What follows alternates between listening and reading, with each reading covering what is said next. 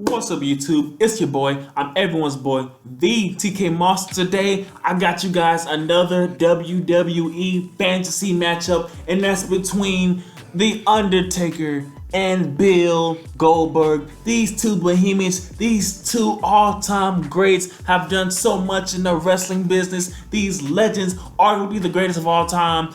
In the Undertaker, arguably the greatest of all time. If you want to just talk about WCW, sure, and actually you can put him in that conversation based on wins and losses. And I'm about to give you guys the scoop who I think will win and what will happen. Let's get to it. Let's get with these stats first. Bill Goldberg, 6'4", 285 pounds. This man was a monster. His specials are jackhammer and a deadly spear. He's more of a, I would say, a power grappler. He's a guy who could grab you and just do a power slam out of nowhere. That's a specialty. He could get you to the ground real quick if he wanted to with his taijutsu, his move set as his submission moves that he gets sometimes. Some of his accomplishments: he was a world time champion in WCW. I'm surprised he only won it one time, but that shows his dominance because he had the belt for a while. He was a two-time United States WCW champion, and he was the other champions, but those were the main accomplishments. And the WWE, when he went there in 2003, he was a world champ, and then now he's a Universal WWE champion. And the best accomplishment or greatest achievement, I would say, was being late 1990s. He won a championship. He won a championship in the 2000s. He won a championship in the 2010s. That's like 3 decades he was a champion. That shows something, and I think people have to give Bill Goldberg credit when it comes to that alone. In the 90s, you were a champ. 2000s, you were a champ. 2010s, you were a champ. That spells dominance, guys. And also, his WCW record was 213 and 24 losses. That's it. He had an 85% win percentage. All right, that's unbelievable to go into a match and he's an 85% win. He has an 85% win percentage. That's unbelievable. He beat guys like Sting, WCW, the world champion at the time, Hulk Hogan. He beat him to win the world champion. He beat Razor Ramon as in Scott Hall. He beat Kevin Nash. This guy had an undefeated streak of his own. I believe the legendary streak was at 186, and he lost it because of a taser.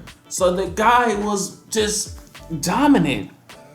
And then when he went to WWE, he was 30-5. That's unbelievable. This man had 30 wins to 5 losses, a 73% win percentage in the WWE. When he went there, he started out dominance. He defeated The Rock on his first pay-per-view at Backlash. He took care of The Rock like it was nothing. It was unbelievable, unheard of. That was crazy. He dominated The Rock. If you guys don't believe me, you can go back and watch the 2003 Backlash pay-per-view. He beat Triple H a couple of times. He beat him for the World Championship at, I believe, Unforgiven, or was it Survivor Series? I think it was Unforgiven. He beat Triple H for that World Championship, or he retained or something like that. He beat Kane. He beat Christian. He beat Chris Jericho at Bad Blood, which was a good match in my opinion. Goldberg was just the ultimate killing machine. And now, let's get to his opponent, The Undertaker. The Undertaker standing at 6'10", 300 pounds. The Undertaker has been in the WWE since about 92, 93, 94-ish. So that's 20 plus years in the WWE alone. Some accomplishments was he was a 7-time world champion. He was a 6-time tag team champion, and surprisingly, he never won the Intercontinental Champion. That's something that that a lot of people don't know. And he was a 1-time hardcore champion. Those are the main stats.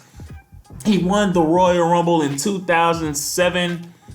He had, and the best thing of all that I believe, which is the best, Undertaker he has a record of 23-1 at WrestleMania. That is unbelievable. And he lost to Brock Lesnar, the beast incarnate himself. that record shows that the Undertaker is clutch. When the big show come alive, that means the Undertaker comes up.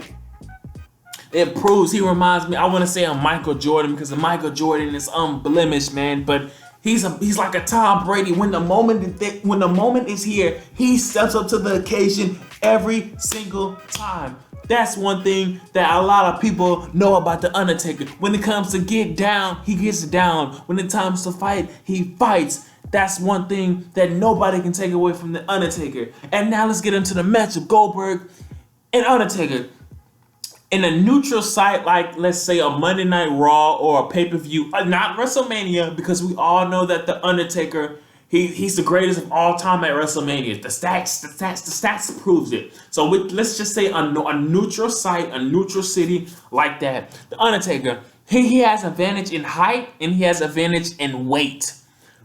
And then he has an advantage in the arm length, and that's very important because when it comes to length, the Undertaker, he's known for, he's the greatest striker of all time. His strikes are so long, his arms are so long, his strikes are deadly, the jabs. That's why he's the greatest striker of all time, and he's accurate. The Undertaker could jab you about, he's like he could stand in the ring and jab with anybody. That's why the Undertaker, that's one of the main reasons the Undertaker keeps winning and is so dominant, because of the long jabs. But Goldberg, you could counter Goldberg. He had freakish speed for a guy of his size. So the Goldberg, he will be able to withstand those jabs because he's so long. Goldberg is so strong. He's so fast. He's just definitely fast. That's why the spear is so deadly, because he's so intense behind it. He's so powerful. And I know that's just a easy word to say, but Goldberg was really, I would say his power, he was like an ox, and when he hit you, you felt it. That spear was the deadliest, you could say the deadliest weapon of all time when he uses it. And if you don't believe me, look at Edge, look at Roman Reigns. No disrespect to those guys, because I'm a fan of both of those guys, but Goldberg's spear is second to none, the greatest spear of all time. Undertaker going to this match, he will probably play some type of mind games, because that's what the Undertaker likes to do. He likes to play mind games with his opponents. So I don't know, before the match, when the slow entries, will Goldberg be scared? I would say no, because Goldberg is not afraid of anyone. But I think he will start the match with a bit more intensity than ever, because I don't think he wants to get the match done. That's one thing about Goldberg. If Undertaker can stay away from that spear, and make the match a 15-minute to 20 match, the Undertaker wins, because that's the one weakness about Goldberg.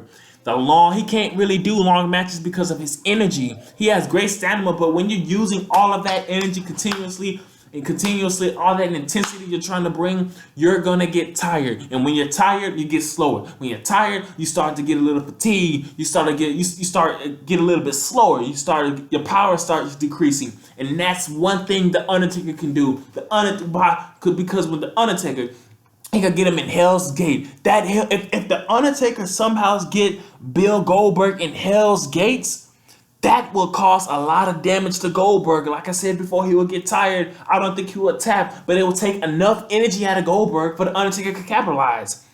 Goldberg has to stay away from Hell's Gate. That's one move he can stay away from. Goldberg, he can take a couple of tombstones, last ride, but that stay away from Hell's Gate. The Undertaker, just being so dominant that he is, he could get him in that Hell's Gate. But I think the Undertaker would have a game plan going into this match, because a lot of people, they just can't stand in the ring a long time with Bill Goldberg.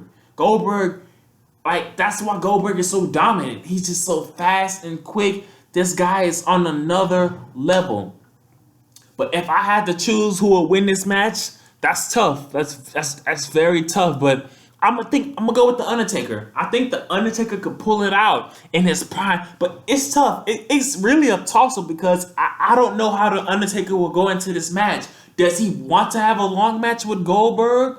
Can he handle the spears, the jackhammer? And that's the other thing. Undertaker is not. He's not fast, and he's big and tall. So if I'm thinking about it, I honestly think Goldberg will win the match, because Undertaker, he's not. I mean, he's for a big guy. He can move. He can hit you with snake eyes, last ride, old school. He got moves of his own that can get Goldberg down. But Goldberg is too.